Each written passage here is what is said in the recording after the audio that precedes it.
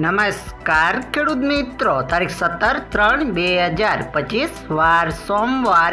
આજે આપણે કપાસના ભાવની માહિતી મેળવવાના છીએ, પણ તે પહેલાં મારી જેએસ માર્કેટ યાર્ડ ચેનલ ઉપર નવા આવ્યા હોય તો સબસ્ક્રાઈબ જરૂર કરી નાખજો, જેથી કરીને તમને રોજ તાજા બજાર ભાવ તેમજ કપાસની માહિતી મળતી રહે. તો ચાલો મિત્રો, ચાલુ કરીએ આજના કપાસના ભાવની માહિતી.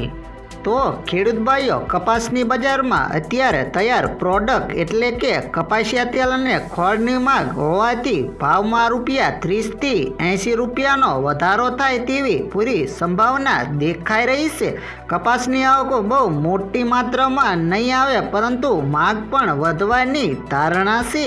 કપાસિયા તેલના ભાવ સ્ટેબલ છે અને સાઇડ તેલ બહુ ઊંચા હોવાથી કપાસિયા તેલની માંગમાં વધારો થાય તેવી પૂરી સંભાવના છે.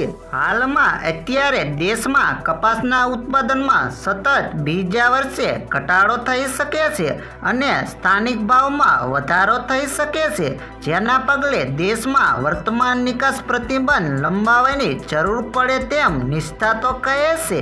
આ મહિનાની શરૂઆતમાં તાપમાનમાં અચાનક વધારો જોવા મળતા દેશમાં કપાસને અસર કરશે.